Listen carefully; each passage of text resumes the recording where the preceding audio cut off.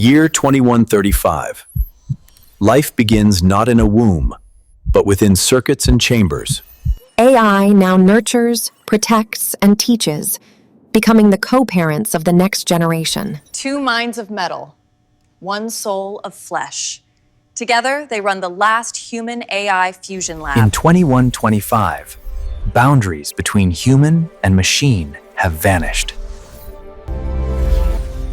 Is 2125's floops. Always online, and yet more alone than ever.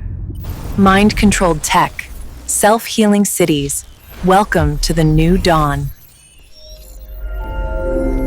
In a world ruled by logic, emotion still finds its way. They learned our emotions, but never truly felt them. Humans once controlled machines. Now they can't live without them.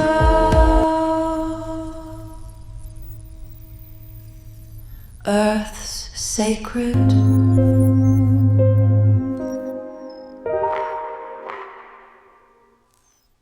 Love changed shape, but never disappeared.